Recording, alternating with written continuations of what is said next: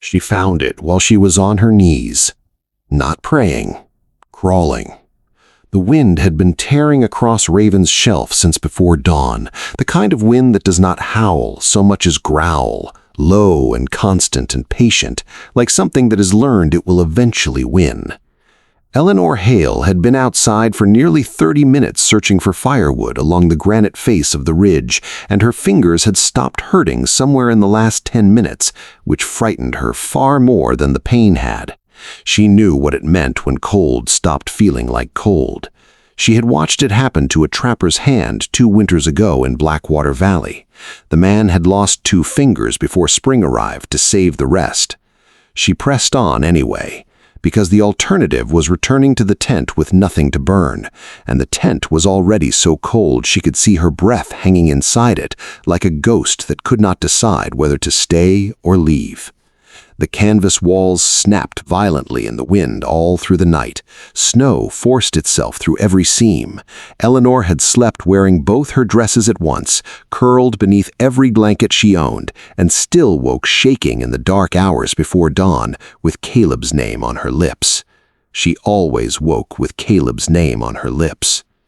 Caleb Hale had been buried 4 months ago behind the little church in Blackwater Valley, lowered into frozen ground on a gray November morning, while Eleanor stood at the edge of the hole and tried to understand how 4 days of fever could unmake 8 years of marriage.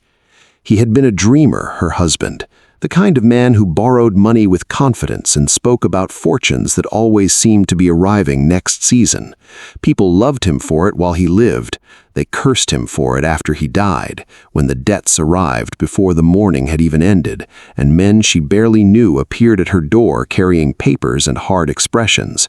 They took the furniture first, then the horses, then the stove. Even the wedding china her mother had given them was carried away wrapped in newspaper like it was nothing. Neighbors attended the auction pretending not to look her in the eye, and the humiliation of that hurt worse than the hunger that followed. When it was over, everything Eleanor owned in the world fit inside one wooden trunk: 2 dresses, a Bible, Caleb's pocket watch, which she wound every morning even though there was no reason to keep time on a mountain where every day looked exactly like the one before it, and the deed to a useless piece of ridgeland called Raven's Shelf that no sane person had ever wanted, including the bitter old trapper who had originally owned it and died there alone during a storm, which should have told Eleanor something.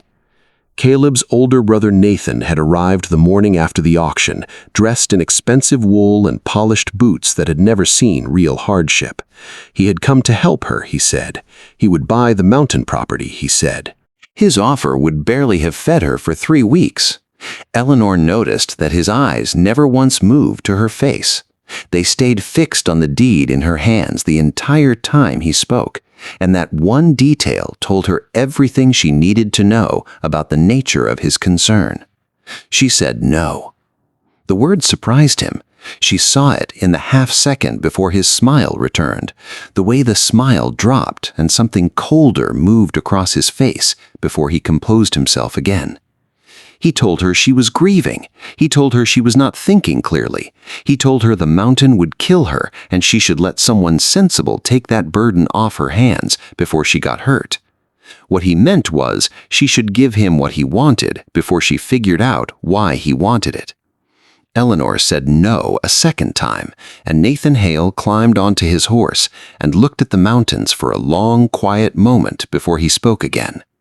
"The mountain doesn't care that you're already hurting," he said.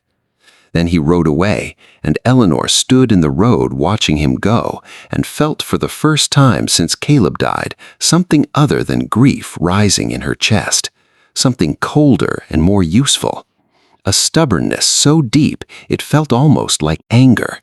And she held on to it carefully, the way you hold a flame in wind, because she understood it might be the only thing keeping her alive in the weeks ahead. 3 days later, she loaded everything she owned into a borrowed mule cart and left Blackwater Valley in the gray early morning while most of the town was still asleep. The few people who saw her go watched with the particular expression people wear at funerals, the careful blankness of those who have already decided the outcome and simply have not yet seen the body. Nobody believed they would see her again by spring. She knew that. She drove the mule up the frozen trail anyway. The property was worse than she remembered. Gray rock and dead grass and twisted cedar trees bent permanently sideways from years of storms. The remains of the old trapper's cabin had collapsed so completely it was barely recognizable as something a human being had once built.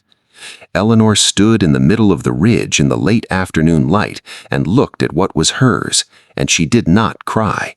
Because when your whole life has already fallen apart, ruins stop looking frightening, they start looking familiar. The first nights nearly unmade her. The canvas tent shapped against the wind like something alive and angry. Snow came through every gap. She burned wood so fast she was terrified the supply would not last until morning. She boiled beans over tiny fires and ate them without tasting them and tried not to think about the silence, which was the most difficult thing. Loneliness in a mountain is different from loneliness anywhere else. In town, loneliness still has noise around it. Voices through walls, horses in the street, the distant sound of a life continuing without you. On the mountain, the silence is total. It sits on your chest at night and reminds you that you are completely alone in a way that civilization was designed to help people forget.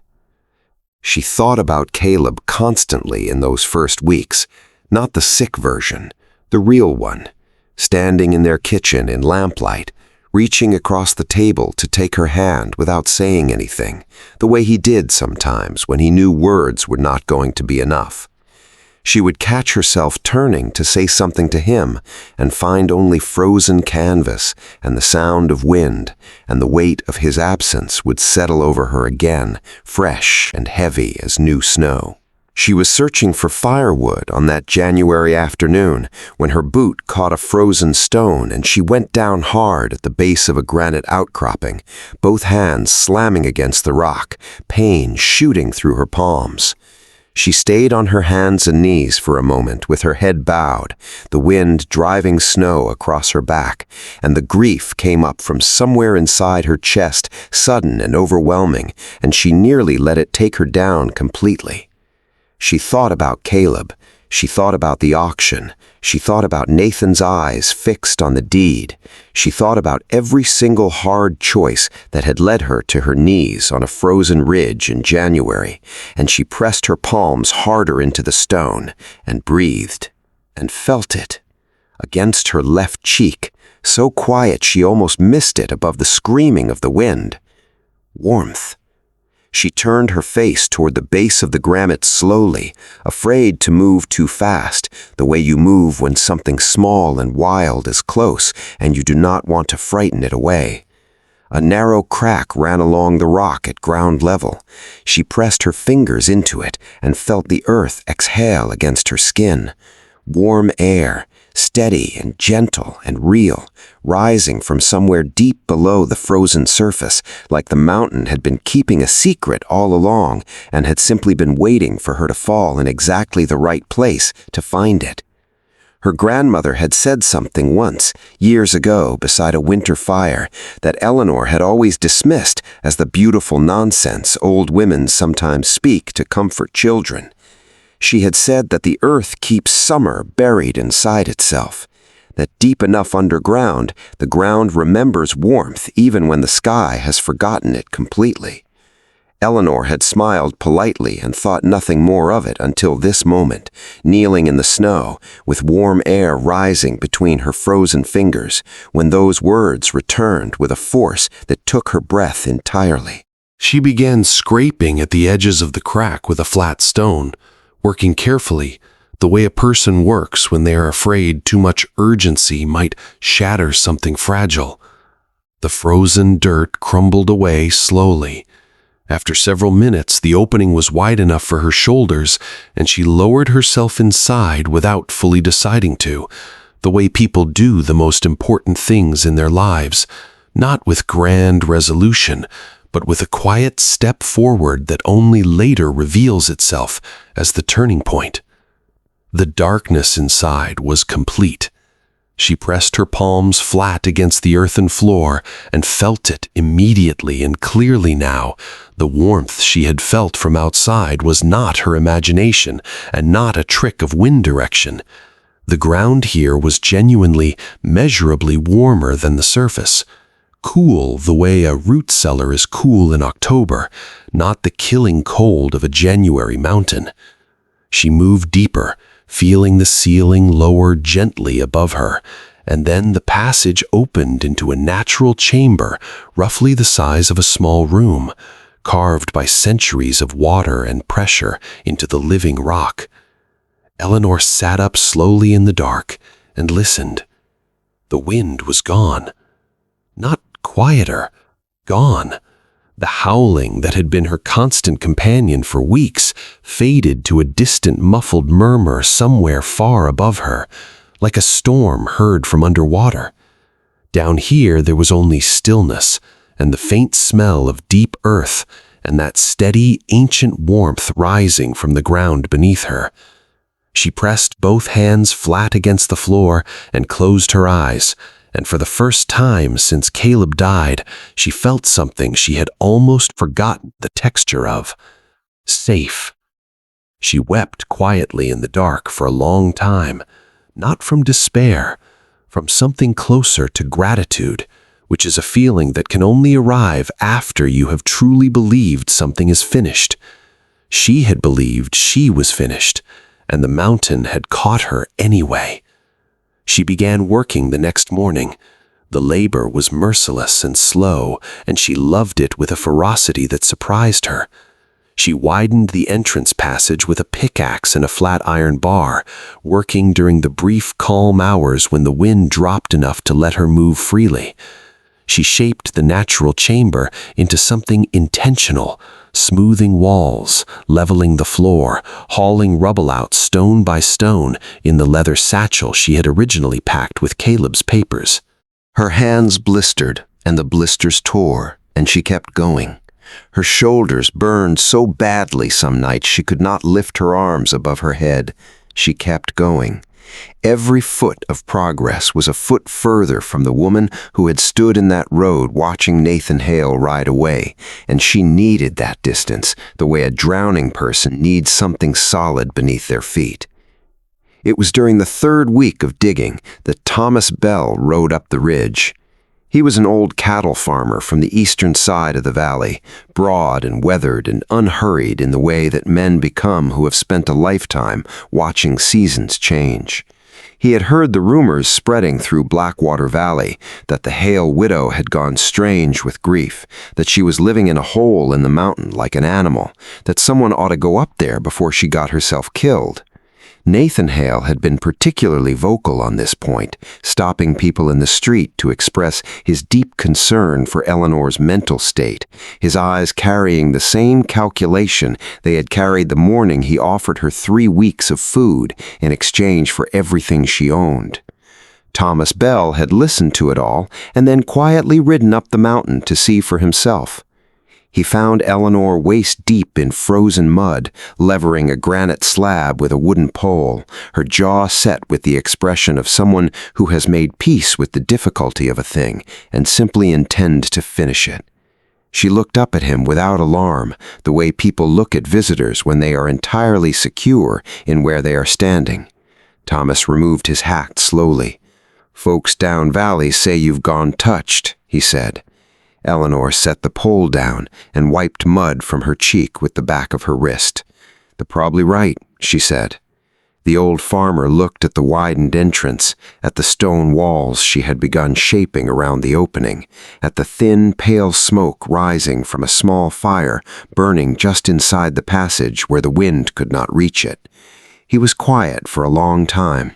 Then he looked at her hands, the cracked skin, the dried blood across both knuckles, the way she held the pole with the careful grip of someone whose palms have passed through pain and come out the other side into something harder. "Does it work?" he asked quietly. "Come inside and see," she answered. He followed her through the low entrance and stood in the chamber in silence for a full minute. She watched his face in the candlelight, watched the moment he registered the warmth and the stillness and the complete absence of wind.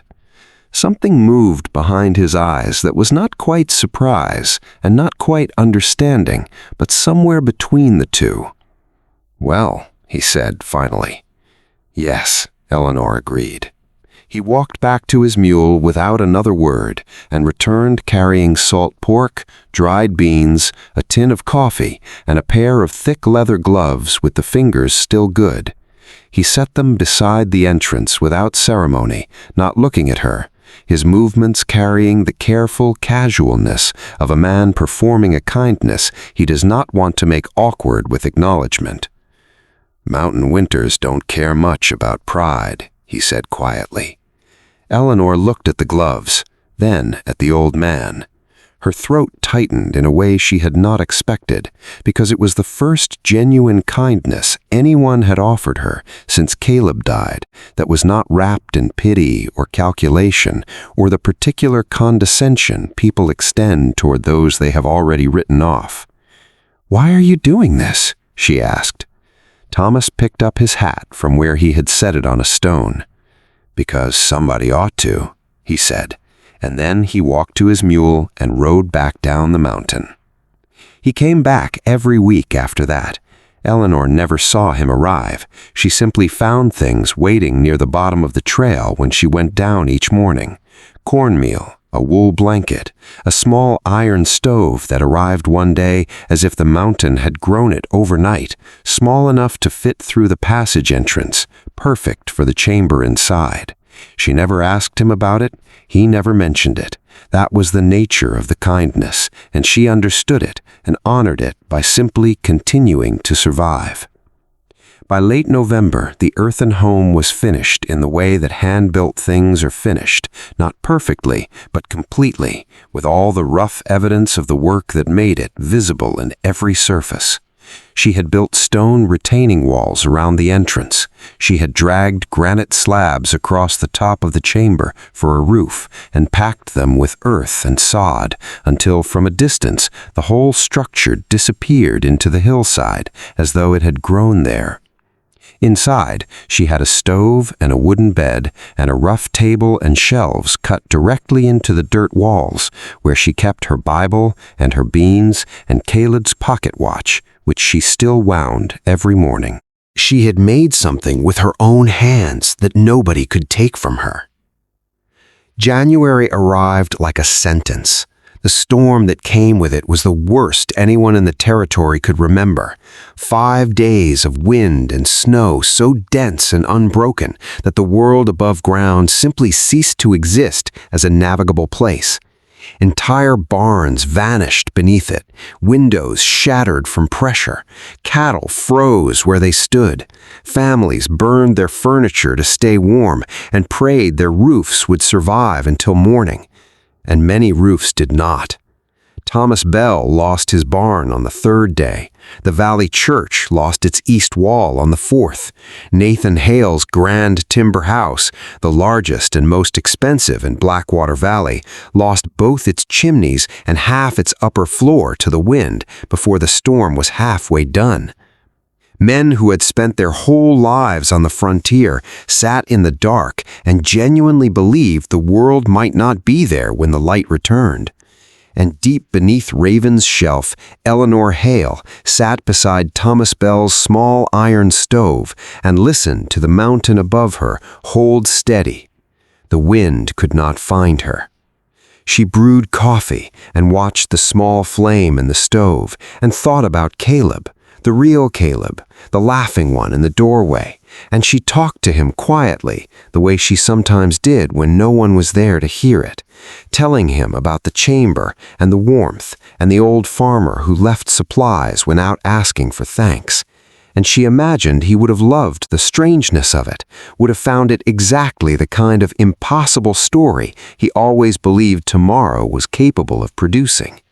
She pressed her hand flat against the earthen wall and felt the mountain breathe steadily around her through 5 days of the worst storm in living memory, and she wept once, gently, not from grief this time, but from the particular emotion that has no clean name, the feeling of having survived something that was genuinely trying to end you. On the 5th morning, the wind stopped.